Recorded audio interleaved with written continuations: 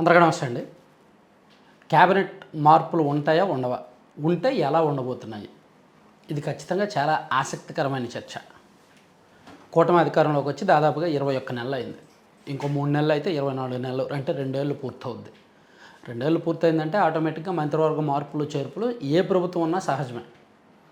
So ఇప్పుడున్న మంత్రివర్గంలో చాలామంది పనితీరు పట్ల ఈవెన్ క్యాడర్కి అసంతృప్తి ఉంది, అండ్ ప్రభుత్వ పెద్దలకి కూడా అసంతృప్తి ఉంది.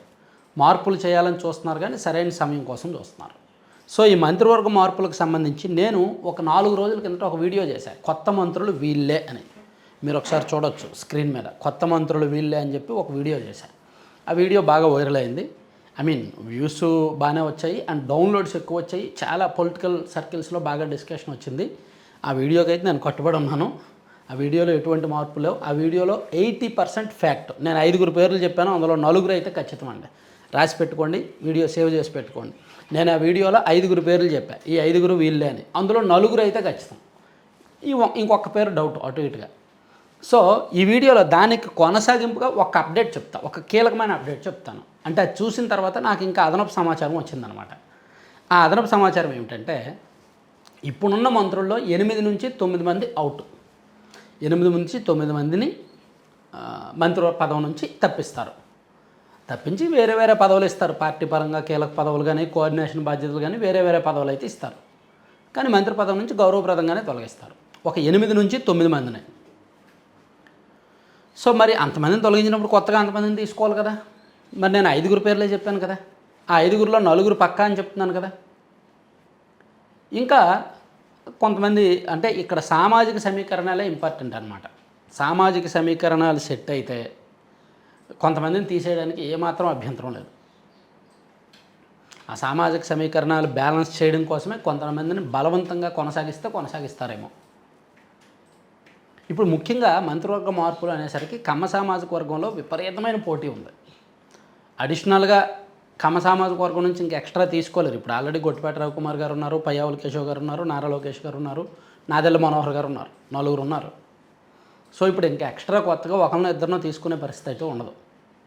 కానీ దూలిపాల నరేంద్ర గారు సీనియర్ ఎమ్మెల్యే, పార్టీలో సీనియర్, పార్టీలో చాలామందికి తెలిసిన పేరు. మంత్రి పదవి కోసం ఎప్పుడు 2014లో టీడీపీ వచ్చినప్పుడే మంత్రి పదవి కోసం ఫైట్ చేశారు. సో ఆయన ఇప్పటికీ మంత్రి పదవి అడుగుతూనే ఉన్నారు, మంత్రి పదవి కోసం తన ప్రయత్నం చేస్తూనే ఉన్నారు. ఈవెన్ ఆయనకి ఇవ్వాల్సిన అర్హత కూడా ఉంది.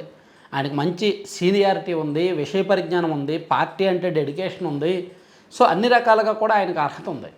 సో ఆయన మరోసారి తన ప్రయత్నం చేస్తున్నారు. ఆయన అనుచరులు, అభిమానులు కూడా ఆయనకు మంత్రి పదవి ఇస్తే ఆయన మంత్రిగా చూడాలనుకుంటున్నారు.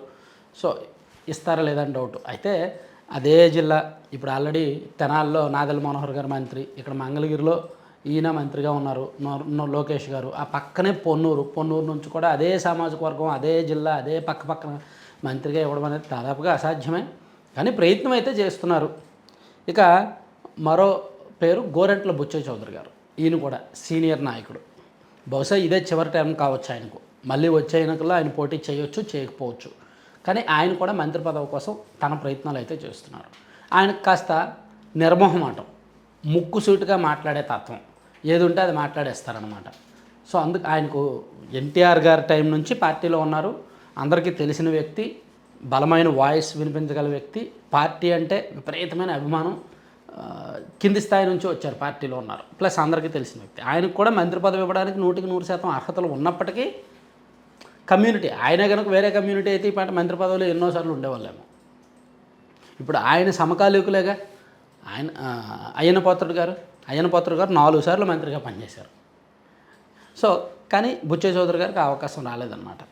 సో ఆయన కూడా ప్రయత్నం చేస్తున్నారు. ఇక మరొకరు వెలగపూడి రామకృష్ణబాబు గారు, విశాఖపట్నం ఈస్ట్ నుంచి వరుసగా గెలుస్తూ వస్తున్నారు. ఆయన వరుసగా గెలిచారు. ఆయన కూడా మంత్రి పదవి కోసం ప్రయత్నాలు చేస్తున్నారు. కాకపోతే ఆయన పెద్దగా అడిగే తత్వం కాదు. కానీ ఇవ్వాల్సిన క్వాలిటీస్ అయితే కొన్ని ఉన్నాయన్నమాట. వివాదరహితుడు, తన పని తను చేసుకుపోయే టైపు ఇస్తే బాగుంటుందని ఆ ప్రాంతంలో ఆయన అమ్మాయిని కోరుతున్నారు. ఇక సేమ్ అటువంటిదే గద్దె రామ్మోహన్ గారు కూడా. ఆయన కూడా వివాదరహితుడు ప్లస్ ప్రయత్నం అయితే చేస్తున్నారు. అండ్ మరో ఇంపార్టెంట్, బీజేపీ నుంచి మరో మంత్రి పదవి ఉండాలి. ఇప్పుడు ప్రస్తుతానికి సత్యకుమార్ గారు ఉండాలి కదా, ఉన్నారు కదా. సో బీజేపీ నుంచి సెకండ్ వ్యక్తికి ఛాన్స్ ఉంటే బాగుంటుంది అని చెప్పి సుజనా చౌదరి గారు కూడా ప్రయత్నం చేస్తున్నారు. సుజనా చౌదరి గారు గతంలో కేంద్ర మంత్రిగా పనిచేశారు, రాజ్యసభ సభ్యుడిగా పనిచేశారు.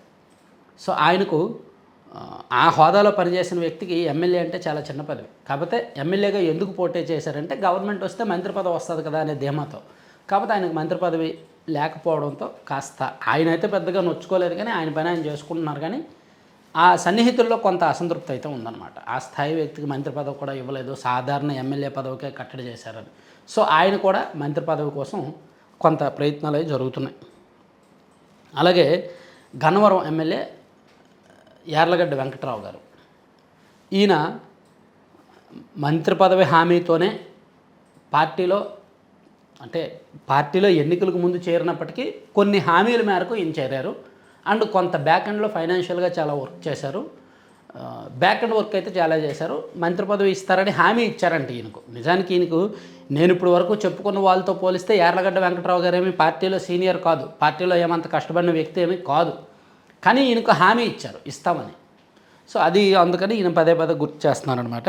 అలాగే ఏలూరు సాంబశివరావు గారు పార్టీ కష్టాల్లో ఉన్నప్పుడు పార్టీ జిల్లా అధ్యక్షుడిగా బాధ్యతలు స్వీకరించి పార్టీకి చాలా వర్క్ చేసి మంచి విషయ పరిజ్ఞానంతో ఒక వైసీపీ అధికారంలో ఉన్నప్పుడే ఈ మద్యం కుంభకోణాన్ని తెర మీదకి తీసుకొచ్చి అప్పుడు అసెంబ్లీలోనూ లేవనెత్తి కేసులు ఎదుర్కొని పార్టీ తరఫున మంచి బలమైన నాయకుడిగా బలమైన వాయిస్ వినిపించారనమాట సాంబశివరావు గారు. సో ఆయన కూడా మంచి విషయ పరిజ్ఞానం ఉంది, మంచి వక్త, ప్లస్ పార్టీకి కష్టకాలంలో అండగా ఉన్నారు. సో ఆయనకు కూడా మంత్రి పదవి ఇవ్వాల్సిన అర్హతలన్నీ ఉన్నాయి, ఇవ్వాలని కోరుకుంటున్నారు. కాకపోతే ఆ పక్కనే రవికుమార్ గారు మంత్రిగా ఉన్నారు కాబట్టి పక్క కాన్స్టిట్యున్సీలో ఒకే జిల్లాలో పక్క నియోజకవర్గాల్లో ఒకే సామాజిక వర్గానికి చెందిన వాళ్ళకి మంత్రి పదవులుగా ఇవ్వడం దాదాపుగా అసాధ్యం కాబట్టి సాంబశివరావు గారికి అదే మైనస్గా మారింది మేబీ. కానీ అటువైపు నుంచి అయితే కొన్ని డిమాండ్లు కొంత ప్రయత్నాలు జరుగుతున్నట్టుగా తెలుస్తోంది.